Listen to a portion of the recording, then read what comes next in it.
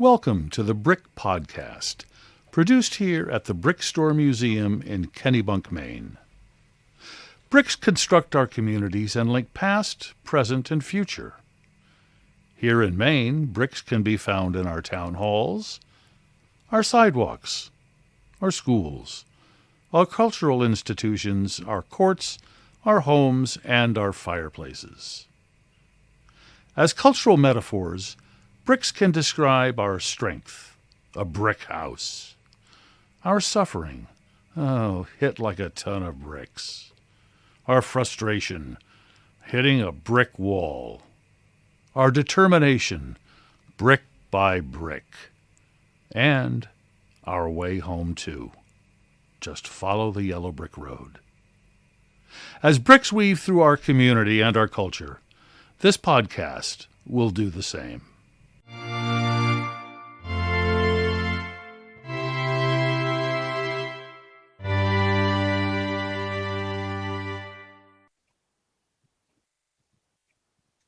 Hi everyone, this is Cynthia Walker, the host of the Brick Podcast. This time around, you'll hear a fun and wide-ranging citizen spotlight oral history interview with Reverend Lara Campbell, who's the current minister of the First Parish Unitarian Universalist Church, which sits across the street from the museum and has a storied history of its own. Before the interview premieres, however, I'd like to tell you a bit about what's happening at the museum since we last talked. We've got a robot. The museum crowdfunded a telepresence robot from a California company called Omni. The pandemic exacerbated an access issue that our museum wanted to fix. The ability to visit the museum on your own when you aren't able to step through the door. This robot, once set up and practiced with, will be able to take virtual visitors through the museum's galleries at their own direction, stopping for however long they like at objects on view. More information will be coming out about how to reserve a time to use the robot on our website and specifically on our Digital Learning Center. So take a look at that link probably within the next week or so. As we come out of the pandemic and our community members slowly get vaccinated, we look forward to seeing more people in person again. However, a lot of things have changed for all of us, one of which is accessible online programs and lectures. I think we've all become fans of being able to tune in from wherever we are and listen to people, whether it's down the street or across the country, just through your computer screen.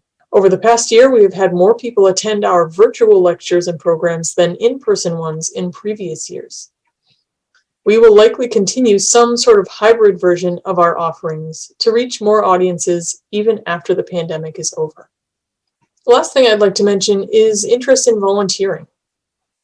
Volunteering at the museum can be very surprising to a lot of people. We have a lot of different jobs that you can do here. It's not just guiding tours, although that is one of them.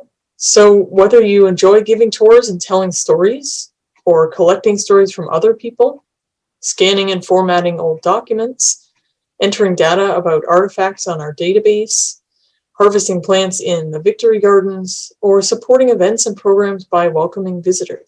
All of these jobs are incredibly important to the smooth running of a community museum like this one. So if you're more interested in learning how to volunteer, and if you'd like to fill out a form, then just go right to our website at brickstoremuseum.org, and there's a volunteer tab right under the Support Us menu. I want to take a moment to thank our business members who have hung on over the past year. 2020 certainly saw a lot of changes in our business community, and we certainly saw that trend here at the Brickstore Museum as well in our business memberships. Not everyone has been able to come back from the pandemic hit yet, so I would really encourage you to frequent, obviously, our local businesses to make sure that everybody thrives and survives here in the Kennebunks. To those businesses who have kept their membership up, I just want to mention them specifically and thank you so much for their support of the museum. And I want to just say you can really see how there was a domino effect here, both locally, nationally, and internationally, in how businesses, especially local businesses, support other organizations like museums, nonprofits, and things like that. So special thank you to Clark Insurance, Deering Lumber, Houston and Company, old house parts, well housed, home and away gallery, Hussey Seating, Kennebunk Savings Bank, Weir's Buick GMC, and Duffy's Tavern and Grill.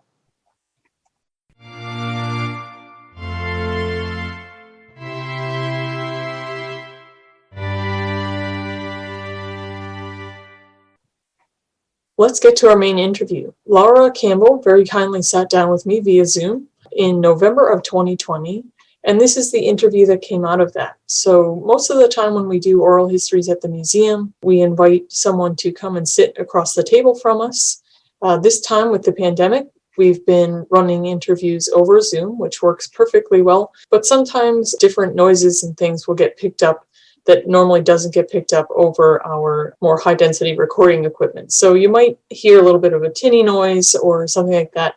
And just know that that was us talking on Zoom instead of on a professional microphone. But that's quite all right because Lara was perfectly entertaining anyway. So let's play the interview and I hope you enjoy. To start off, just to put everything in context, what generation would you consider yourself a part of? I am solidly Gen X. Nice. Thank you. Gen X representing. You know, we've been neglected lately because there's all this boomer and millennial talk, and the Gen Xers get completely lost in the mix. So that is true. Us Gen Xers are totally taking back our space or whatever. I don't know. Very good. So tell me about your first name. Where does it come from?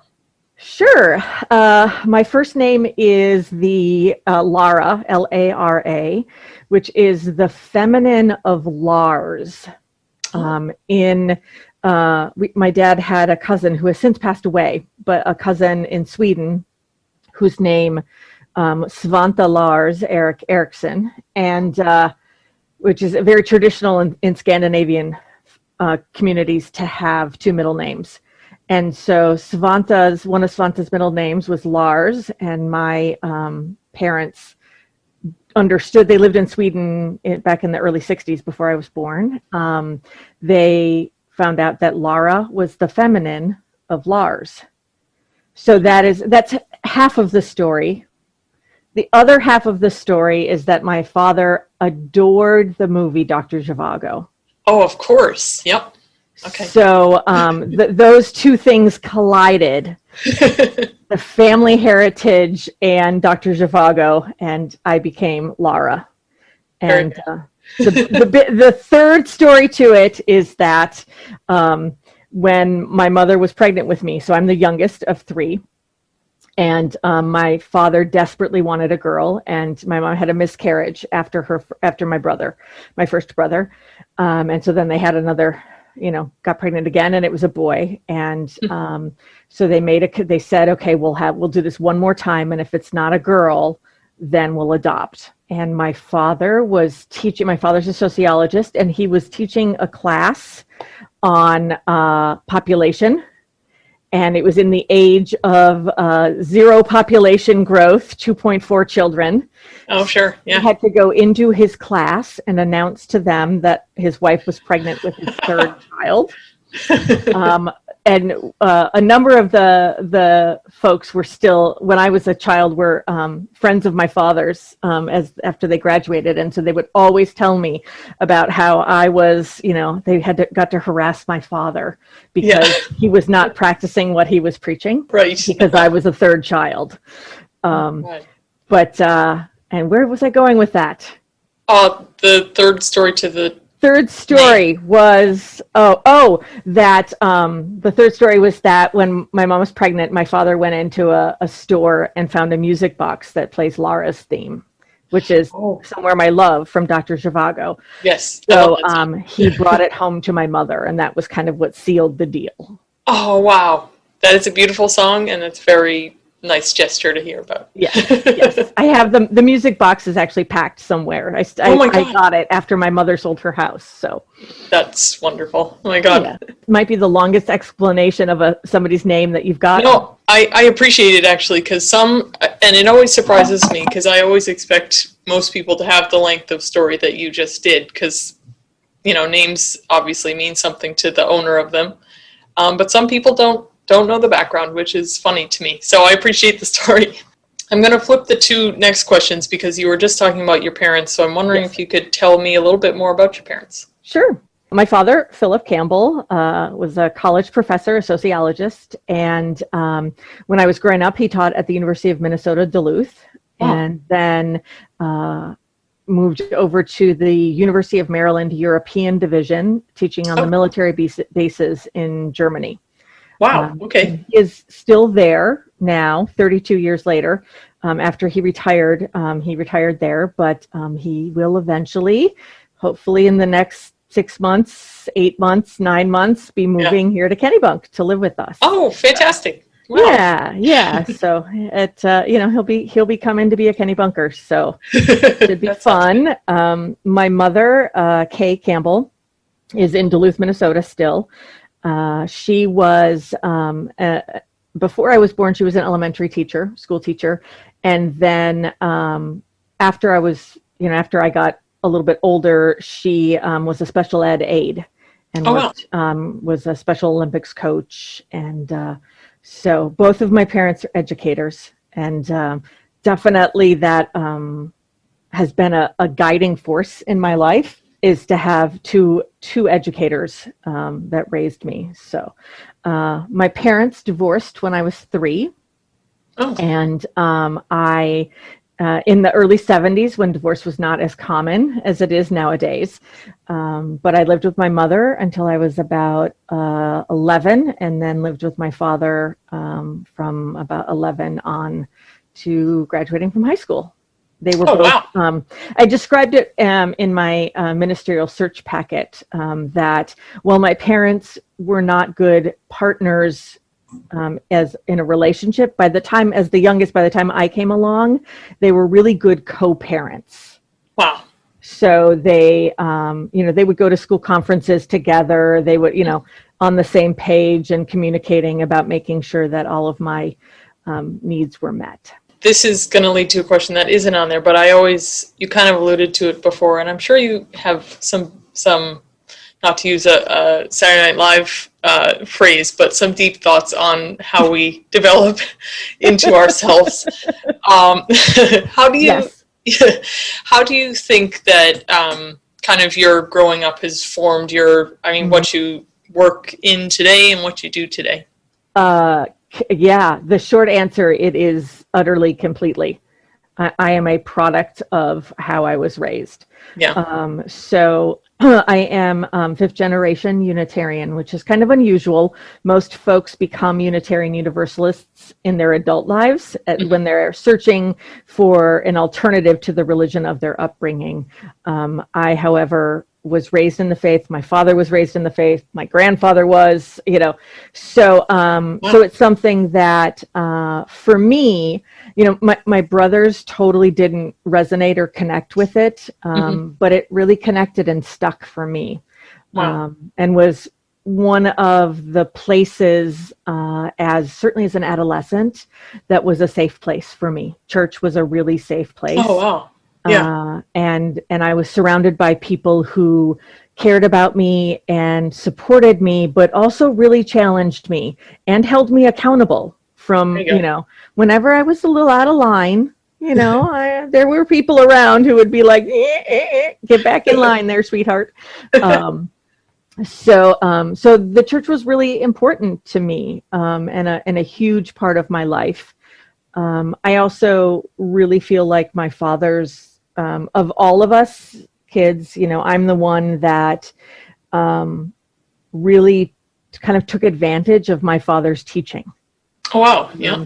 In that he really wanted us, and well, I guess I shouldn't say I'm the only one, because both of my brothers did too, but in very different ways. Sure.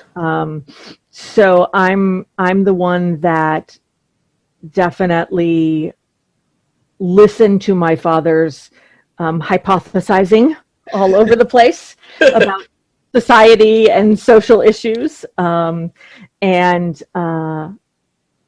developed kind of a keener interest in observing what was happening. Sure.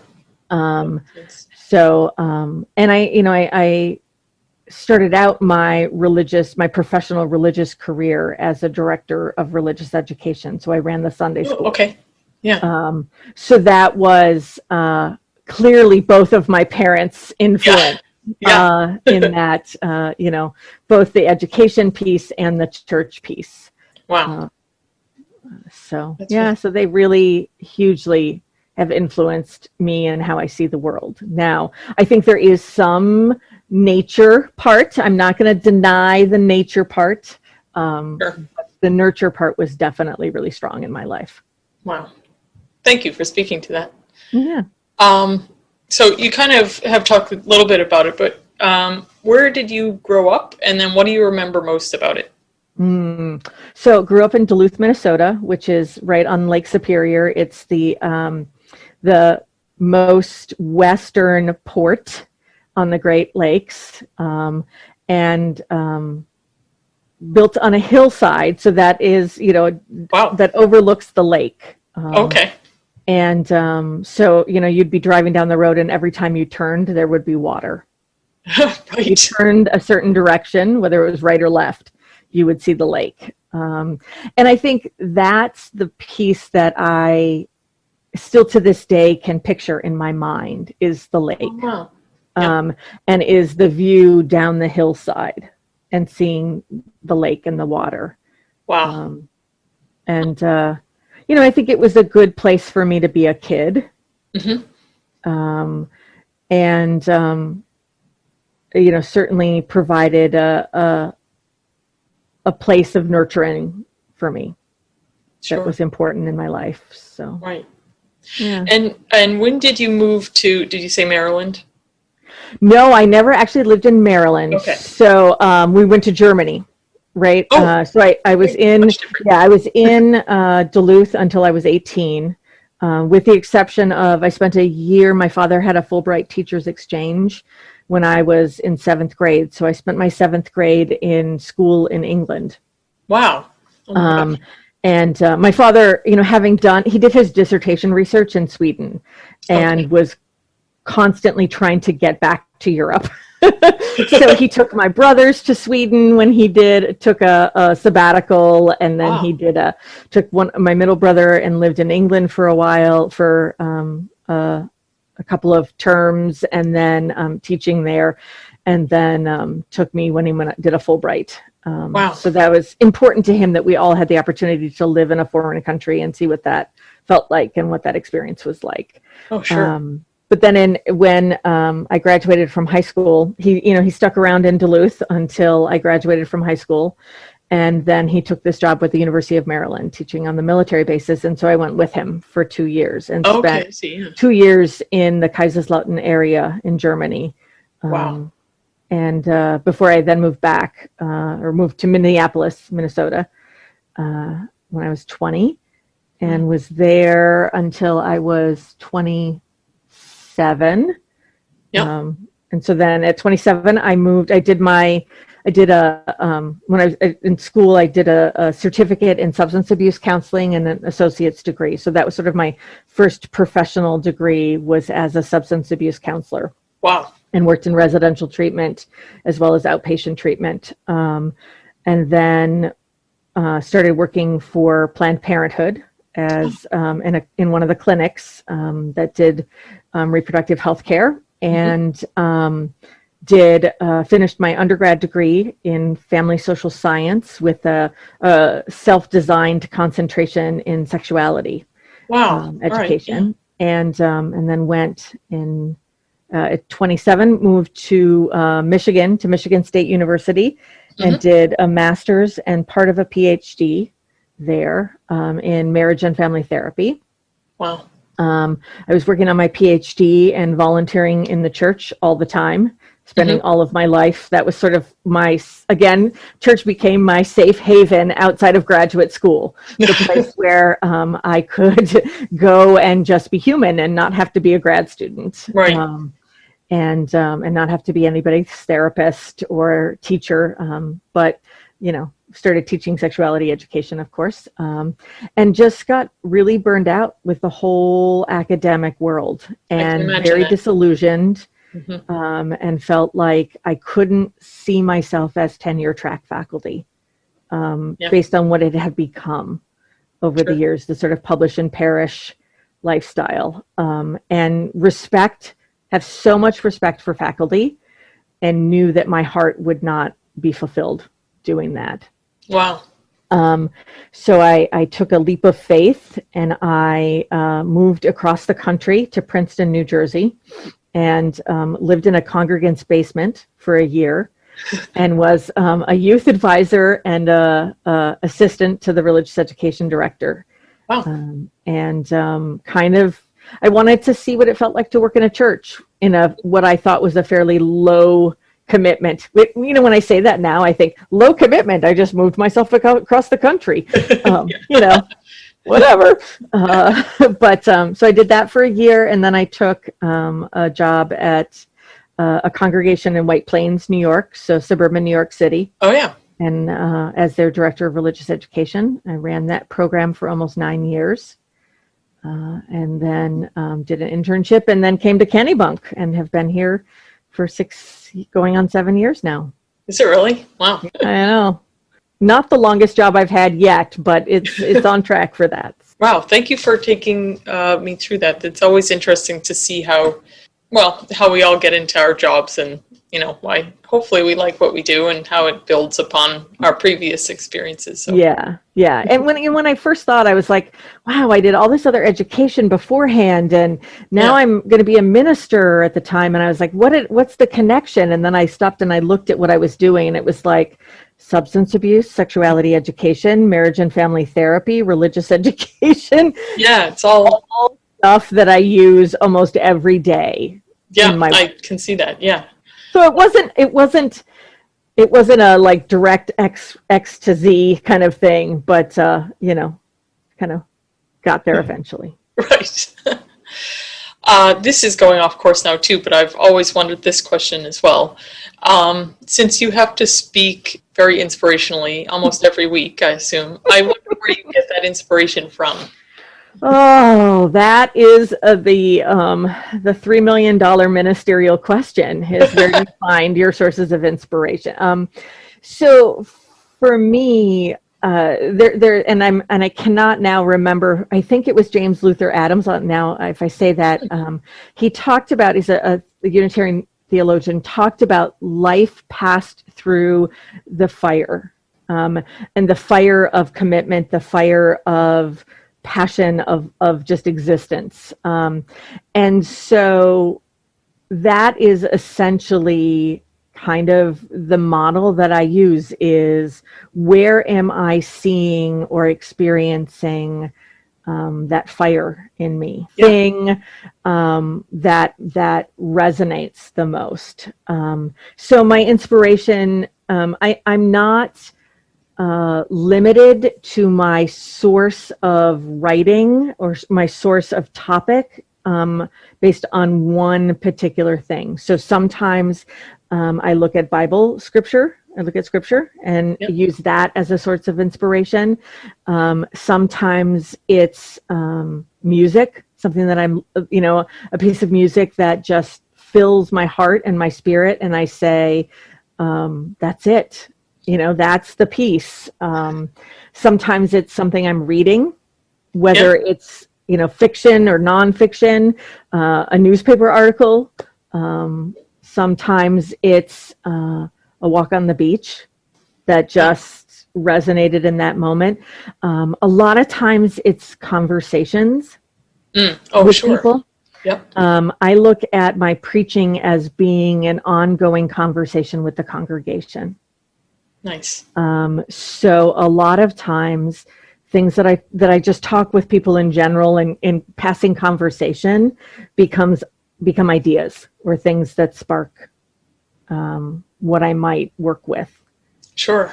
Yeah. And then I look for those other pieces and sources, whether it's poetry or something that supports that. I'm in the process right now. The sermon that I'm working on for this Sunday is based, Unitarian Universalist uses 6 sources of inspiration.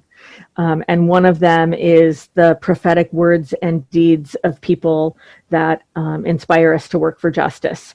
Okay. And so when I look at that whole source, I think, I've talked about prophetic people. I did a sermon last year about we're all prophets in our own right, and what is our prophetic voice, and how do we use that?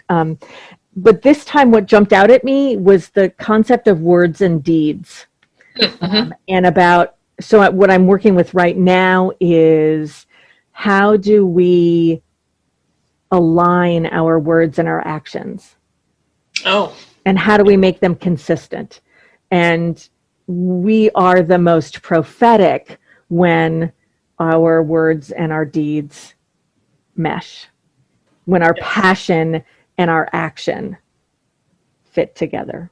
So that's a very good point. So it's sort of just looking within through, prayer, through meditation, to find what it is and what I think people need to hear. Yeah. That moment. Yeah. Every week I ask myself, what do they need to hear? What does this congregation need to hear from me? And sometimes it's that they need to hear that we need to get up and get moving and get stuff done. Sometimes it's that we need to sit and be still. And, a couple weeks ago, I did a service around grief for All Souls Day. Oh, yeah, sure. And this time, I've talked about grief from a lot of different angles. And this time I wanted to talk about it from the place of supporting other people through their grief and how holy it is. And I use that word in all its completeness, holy in that it's sacred, but holy in that it is a circle. It is a place of wholeness, that we are completed when we are in the place and holding the space with somebody who is grieving. Yeah. That is one of our greatest gifts that we can give somebody, is not to try to fix them, but to just sit with them, metaphorically or in non-COVID times, putting our arms around somebody and just holding them and letting them feel that. Yeah. Whatever it is, that is, for as long as they need to. Right. That to me is the crux of ministry. Sure. It's about being with people on their journeys, it's part of why I feel so honored and so. It's more than grateful. It's that people let me into their lives to be with them in their moments of intense pain and their moments of intense joy. Yeah. As well as the mundane. I broke my foot and how do I get groceries? It's everything, but it's that people let you in a really genuine way. Right. That they aren't often likely to let other people in. And that is sacred work for me. Sure. Yeah, that's a really good point. And I'm just wondering how you, speaking on grief specifically, but how you carry, I don't want to say weight, or maybe it is a weight of the I'm sure various people and groups that, you listen to and speak to. How do you deal with that? Some days I deal with it better than others. Yeah. So it is, because I view it as such sacred work, that sort of drives me and fulfills me in that process. I have friends that are in ministry that I can talk to when I need support around, sort of ministerial issues. Yeah. I have friends that are absolutely, completely have nothing to do with ministry, and that, the mundane, ridiculous part of life is it. So, I think I try, to take care of myself, to, have some balance in eating and sleeping Right. and sort of exercising. If nothing else, it's chasing the dog. There you go. Having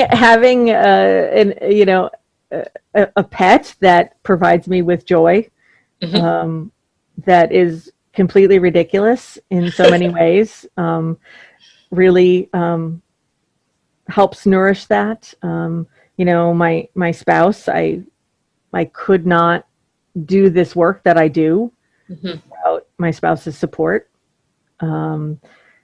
because it is, and with a spouse that understands and gets how important this work is. Right.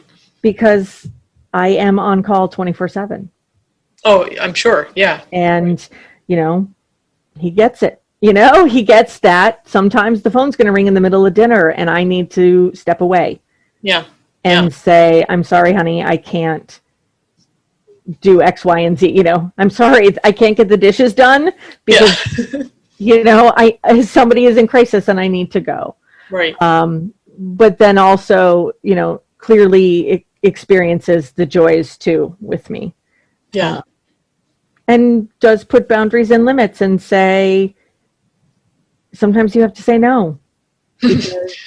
That's a lesson for all of us. I think I could get because better family at that comes first. And, I love my congregation, but I also love my family and Yes. have to put that boundary there. So A good point. And actually, speaking of family, tell me something you know about your ancestors, and it can be anything. Oh, goodness. I know quite a bit. I've had to do a lot, from my years as a family therapist. Oh, yeah. And as a marriage and family therapist, the basis that we looked at was family.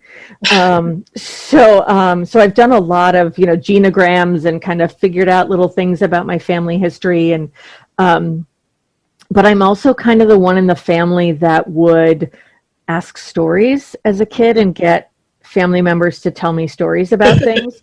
So now, of course, when you ask me, for fun little insights, I'm like, what are those things that little stories. So one of the things that has always been fascinating to me is that my grandparents, my grandfather was an accountant. Okay. Bookkeeper type person, good with numbers. And my grandmother, after she, she went to school for this, and then when she had children, she wasn't working, but she was a librarian. Oh, wow. And they took this kind of really interesting leap in their early marriage. My father was a young kid, and they moved to Saline, Michigan. Okay. And my grandfather was the bookkeeper, the accountant, for a small cooperative farm called Saline Valley Farms in Saline, Michigan. And one of the fascinating things to me was that during World War II, when they were bringing Japanese folks to internment camps, the farm, Saline Valley Farm, agreed to be a site for folks to come live. So they had a number of Japanese families that lived and worked on the farms because the farming was considered essential business work. Oh, right. Of course. Yeah. And so that was one of the ways that some of the folks could avoid being in internment camps was to come live on the farm and work there. Wow. So there was always a number, and I think it was probably now about 10 years or so ago, maybe 15, my aunt got connected again with one of the children of some of the couples that had been on the farm. And so I got to go meet her and talk with her about her experience as a young kid, both in the internment camps, but then also being able to come to the farm. And be raised with my parents on the farm, kind of. It was really fascinating stuff. Yeah. And when you said they moved to Michigan, where did they come from? They were in Cleveland, Ohio. Oh, okay. My grandmother was a newspaper person. Wow. in the 20s. My grandfather had a number of failed businesses. My great-grandfather, I should say, had a number of failed businesses. And so my great-grandmother was the primary provider. Wow. In that Good family. for her. So they lived in a studio apartment in Cleveland. The story was that my grandfather slept on a Murphy bed. Oh, yeah. And when he went off to college, they rented out the Murphy bed to this young graduate student in library sciences.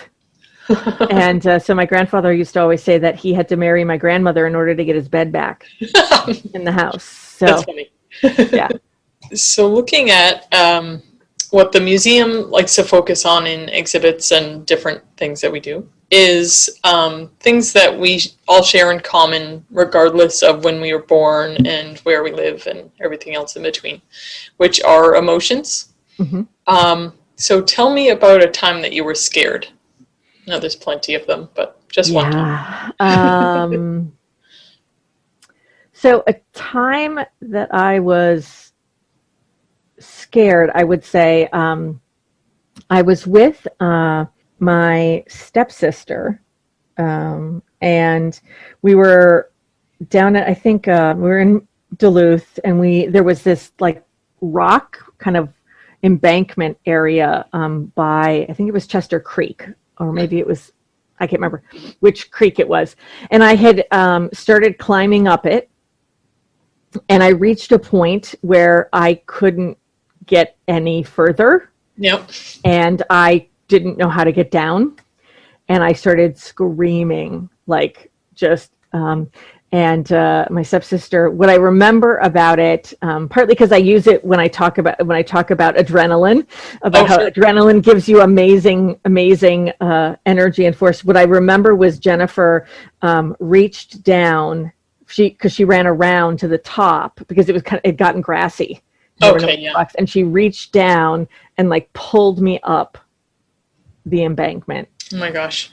And never could she ever have that strength. Right, in a normal mode. But yeah, I was absolutely terrified. And I just remember the two of us sitting kind of in the grass at the top, like shaking. Right. Oh yeah. Oh my gosh. Yeah. That is scary. Yeah. So tell me about a time that you were sad or that made you sad. I just actually used this in, and I don't know if I'll cry, but you'll never know. So in my adult life, I got very close with my aunt, my father's sister. Mm-hmm. And when she reached a point, she had a heart transplant and then got lung cancer. Okay. And it was in the final stages of her dying. And we had gone, I was living in New York and got the word that she was dying, and drove through the middle of the night. Jay, my spouse, and I had been together like 9 months at that point. And he dropped everything and went with me to drive through the night to be with her in her final moments. And she was home. They brought her home on hospice from the hospital. And she was just holding on and holding on and holding on. And part of that was because there was a lot of activity around her. Like I was there, Jay was there, my dad had flown in, my brother had come up, my cousin came in, and we were just all there and laughing and telling stories and jokes, which is very common in our family. And my aunt she was not with it, but she was still present. Sure. She was still with us.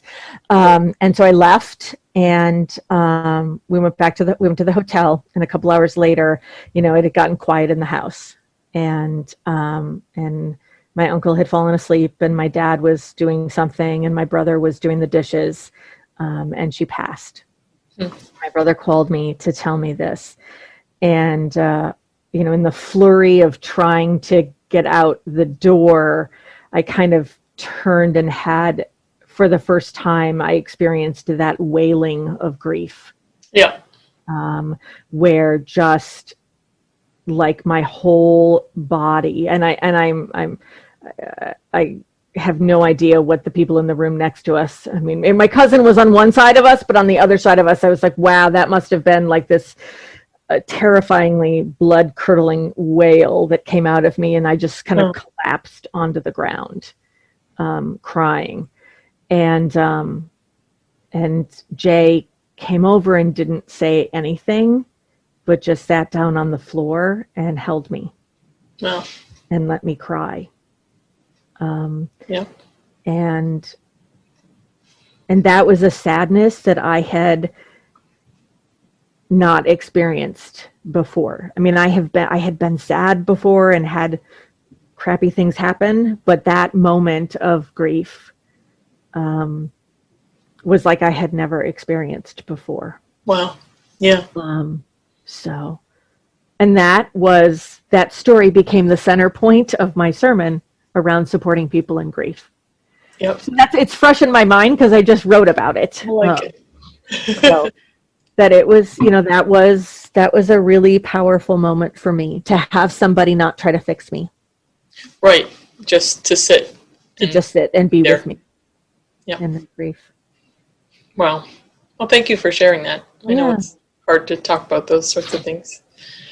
And not to flip the coin let's immediately, go. But last emotion question is, tell me about a time that you were happy. So many of them. Well, that's good. That it's sort of like, I think, so I'm going to, hopefully he won't be too big. So when Jay proposed to me and asked me to marry him, it was about 3 weeks after that incident, after my aunt had died. And I had, I really had no, we hadn't really talked about whether we'd get married or not. And we both had a lot of stressful work things happening. My aunt had just died, and he was like, let's just go away for the weekend. And so we went to Storm King Mountain, which was literally 20 minutes from where we lived. So it wasn't like we went, far away. We just got like away. We were heading back down to this spot on the river, and I had this sort of like, we got out of the car and this moment like kind of flashed through my mind of, I wonder if Jay's going to propose this weekend. And then it was like, whatever, you're ridiculous, just stop, don't even do this.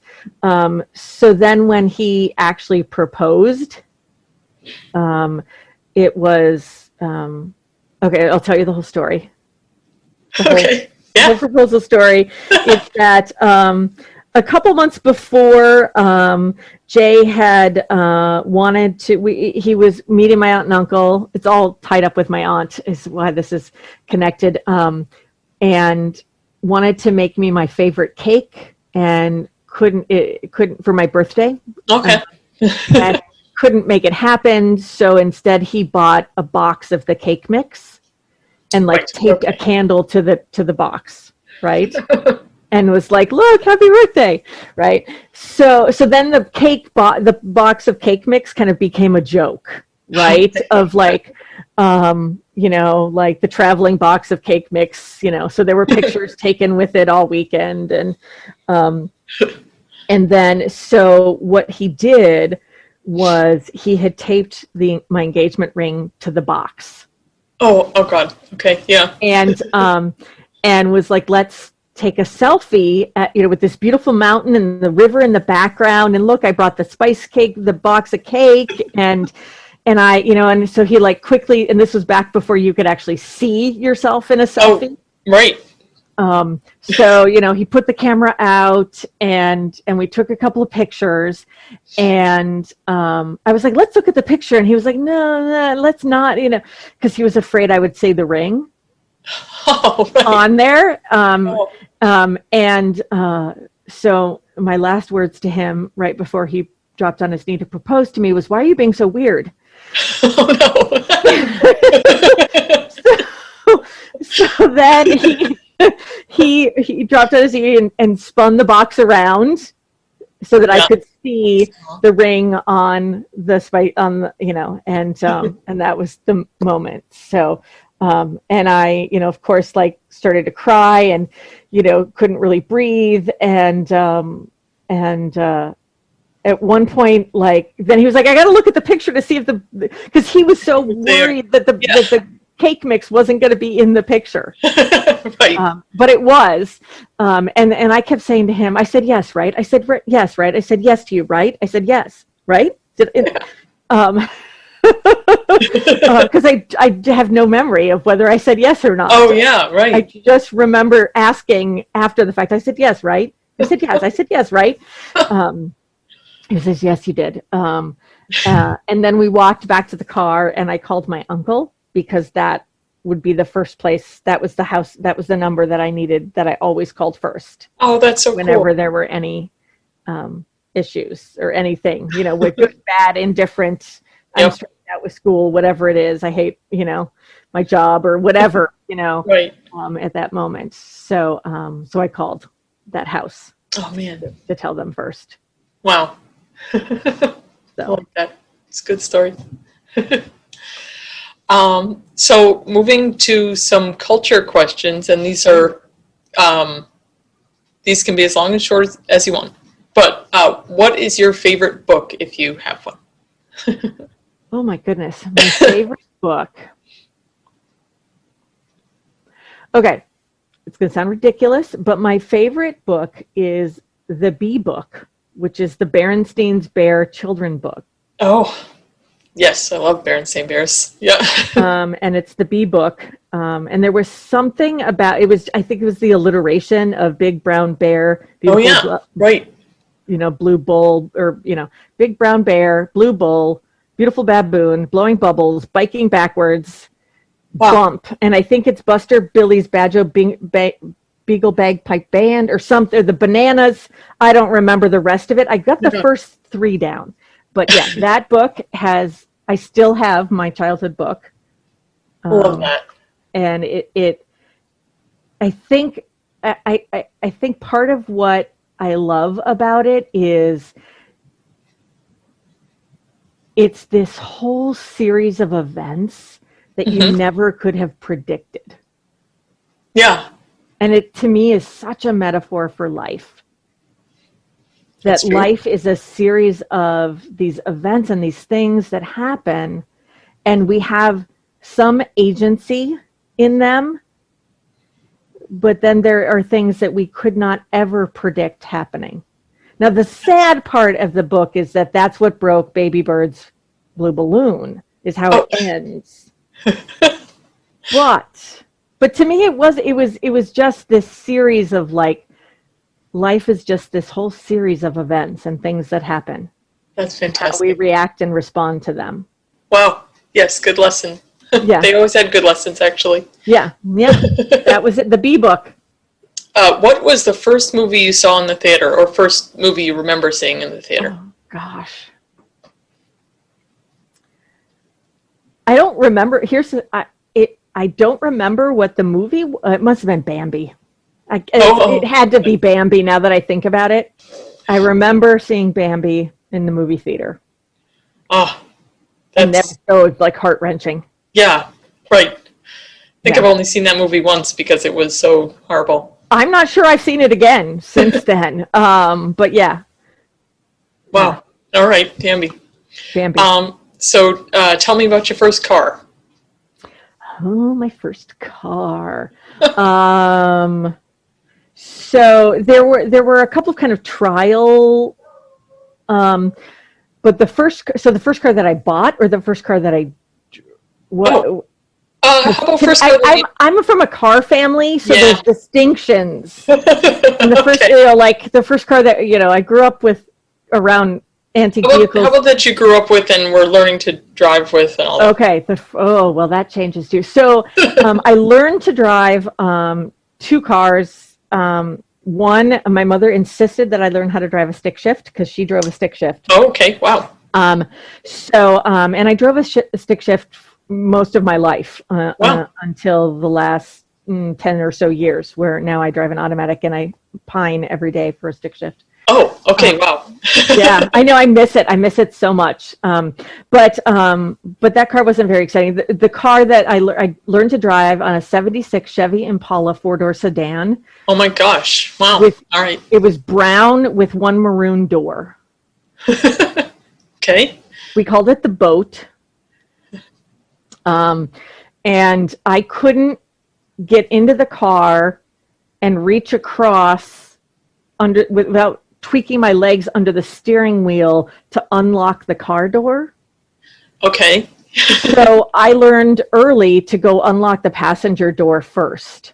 Nice. And Yes. everyone thought I was so like respectful and chivalrous, and it's because I couldn't reach to unlatch it on the other side. Well, it seemed that you were being polite, so that was. I know. Nice. I was being it was because I could not reach the other side of the car. My dad at one time had this like stick thing with like prongs on the end to be able to reach across and unlock the door. Oh yeah. Oh my God. Yeah. Love it. Cars were so big. So yeah. And actually, as we're on the subject, what was the first car that you bought? First car that I bought was a 1972 olive green Volkswagen Beetle. Nice. In Okay. Germany. Oh, When I lived in Germany. Wow, fantastic. So, even better. Yeah. So I was just talking with Jay about, we were talking about cars and horsepower, and I said, honey, remember, I drove a Volkswagen Beetle where like I had to floor it to try to get onto the Autobahn. Right. And hopefully not get like creamed by a truck, So yeah. Wow. Do you have a favorite song? I have a lot of favorite songs that kind of pass through my life for different reasons. Yep. So I can't say that I have one particular favorite. That's fair. What did you want to be when you grew up? I wanted to be a veterinarian. Oh. I know. Who'd have thunk it, right?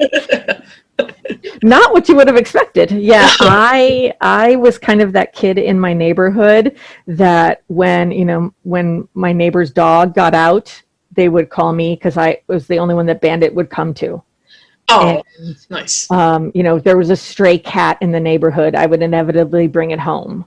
Oh my gosh. My mother informed me that I caught a robin once when I was a child. Wow. I don't know, but I came like screaming in the house about, I caught a bird. And she was like, whatever. And then she was like, oh, you really caught a bird. I had a robin in my hand. Yeah. I put it back. We didn't keep it. But yeah, I wanted to be a vet. And then when I realized that I would have to deal with the surgery and the hurt animal, that was much harder.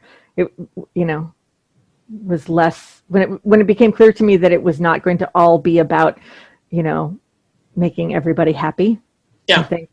Plus, there's a lot of science, and I'm just not really a science person. What was your first job? My very first, I was a newspaper deliverer. Oh.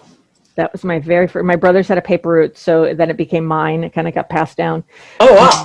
So I delivered newspapers and babysat. My first job with a paycheck was working. I worked at a nursing home in the kitchen. Oh, wow. Yeah.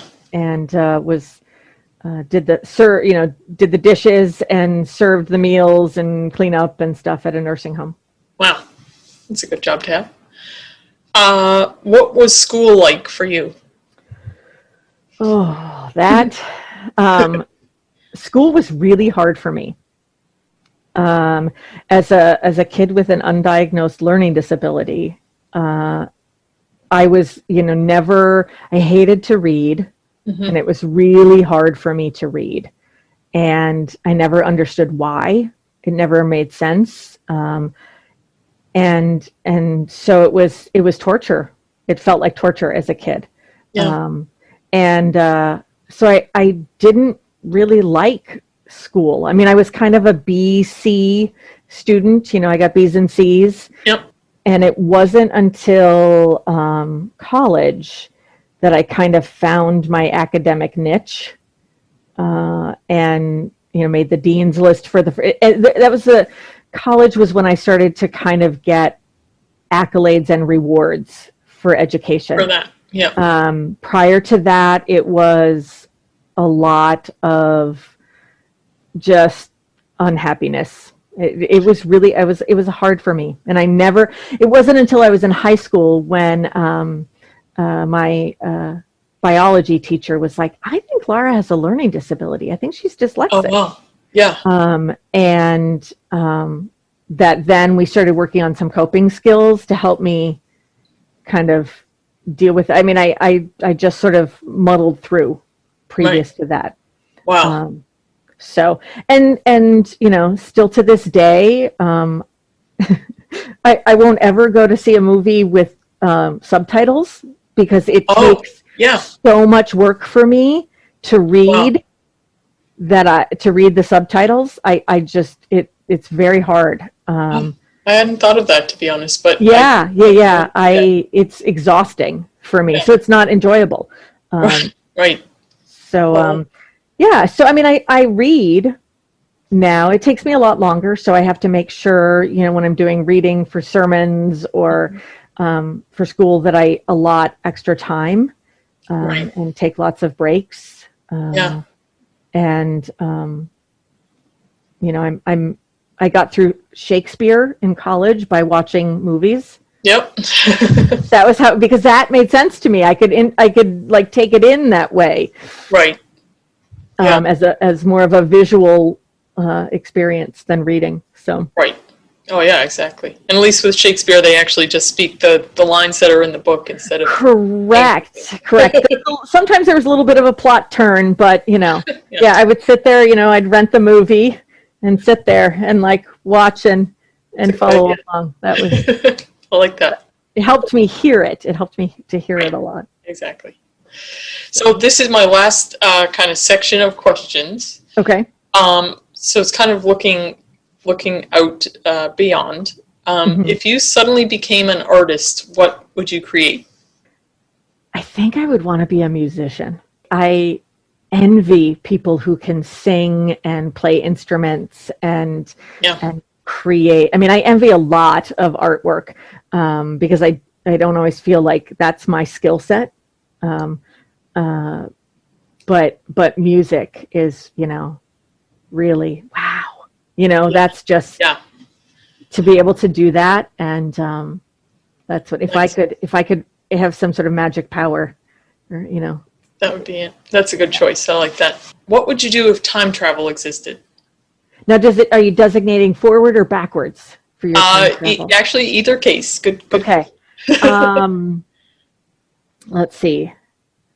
If time travel exists, this going to sound super cliche as a minister to say this, but I think I would want to go back and hang out with Jesus. Okay. Yep. Doesn't sound cliche. I haven't heard that before. So okay, well, I'm so because I'm just so curious about this man who like had such a vision and an understanding about things so beyond what everybody else did at that point. Yeah, and could speak in a way that people just got it. Yeah. Right. And who was completely unafraid to like challenge the systems. There's my Unitarian Universalist, like social justice. But, man, Jesus was so anti-authority and like completely challenging all of the systems of power and structure and the way that society was. Yeah, that's true. In a way that to this day we have only seen glimpses. Yes, right. Of people being able to do. Jesus challenged the system so much that an entire complete religion was started. Right. that like has been the foundation for so many people's lives. Yep. Oh yeah. To just like hang out with him and be like, so tell me another story. Right. You know, that would just, wow. I like that. That's a really nice point. You remind me of a lesson that I heard in college, and it was a European history professor. He was saying whether or not you believe in, the role that Jesus plays in your religion or not, he had to have been a pretty amazing human being for other people to want to write an entire book or pass on stories about him. Yeah. Considering everybody likes to mostly talk about themselves and their heroic acts. Right, So. exactly. Yeah, that all of these people wrote. Yeah, that's a great way of looking at it. I used to just say that he really knew how to move a crowd. Yeah. Like seriously, anybody who could like bring, that, wow. Yeah. And just to hang out with the man, I man, like that. legend, Yeah, exactly. really cool to like, because I think he was doing a lot more subversive stuff than got written down too. Probably. So one last question. Why is history important? And perhaps if you don't think so, why not? Oh, it's super important. I mean, I think I've told you this before, that I'm kind of learning to embrace my history geek side, my history nerd side. Like I didn't really ever think of myself as a historian, but now I'm sort of starting to see that side of myself and how much I love it. I think it's really important for so many reasons, but I do think that if we don't know and learn and understand our history, we repeat it. Mm-hmm. And that we are here to learn from the past. I believe that we are here to make this world a better place for people, for animals, for the earth. And if we don't learn and understand, not just about the history that's been written down. Yes. The history that gets told by wealthy, primarily white men. Mm-hmm. But the history and the way that people lived their lives. Right. Yes, exactly. It's so rich and so important to help. I feel like our whole role in life is about healing what's broken. Mm-hmm. And not that we will ever be fully whole, but that we will gain a sense of wholeness. And we do that by being open and honest about our history and about other people's history, and not whitewashing it and not pretending that it didn't exist, but facing it, owning our role in perpetuating it, and then making changes for other people. Yeah. That's a really nice way to end your last question. And almost on key, as I started talking, the dog is coming up the stairs. So there you go. Because this whole time I was like, please don't let the dog start barking. Any last parting words? If I don't want to cut you off if you. No, I want to, I guess my parting words are words of appreciation, Cynthia, to you and the Brick Store, that I would be remiss if I didn't sing your praises and the museum's praises, because it is such an important part of this community. And, and I feel like you and I on opposite sides of the streets with our employment, Yes. The church, my church on one side and the Brick Store on the other side, can help to be some of those pillars. Yes, right. Community. For sure. And holding up the pillars of history, mm-hmm. For everyone to know and understand and learn. Yeah. Agreed. And the work that you do is so important in that, because you can come at it from all these different ways, and Yeah. you get to speak truth to power in a way that other people don't get to. And I just love that about what happens over at the Brick Store Museum. Because you're like, here's the facts. Yeah, yeah, right. You can't argue. So. That's right.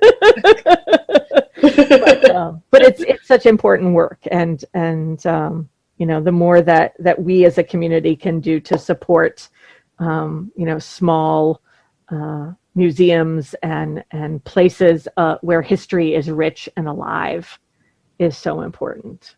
Thank you very much for all your time today, and I will let you go to enjoy the rest of your day. Yes, back to my trying to figure out my words and deeds sermon. Oh yeah, that's right. Best of luck.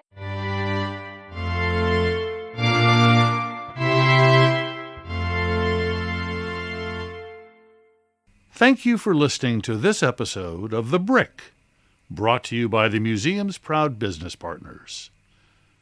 Questions, comments, and topic suggestions can be emailed to info@brickstoremuseum.org.